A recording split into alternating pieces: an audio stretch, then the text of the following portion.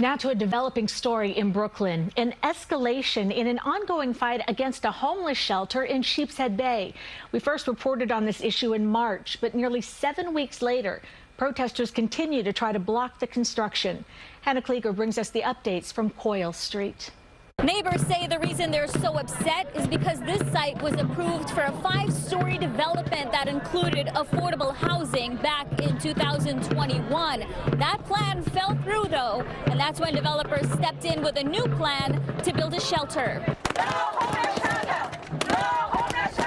The shelter would be for 169 homeless families with children, operated by a nonprofit called West Hab. Residents are saying this was not what they had agreed on. They've been protesting out here for nearly 7 weeks. Some people even stayed overnight in a makeshift encampment to prevent the start of construction.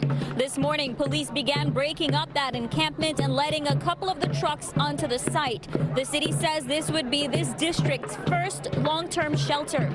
West Hab, the shelter developer, says the organization had nothing to do with the original plan and insists it followed all protocols to get this project approved.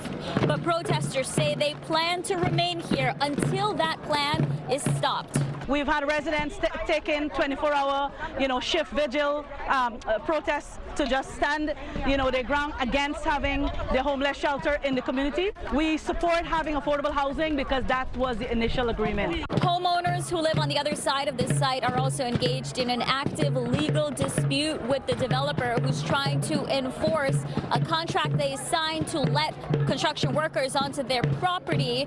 But homeowners are also filing an injunction to stop construction. Their next court date is May 7th. In Sheepshead Bay, Brooklyn, Hannah Kliger, CBS News New York.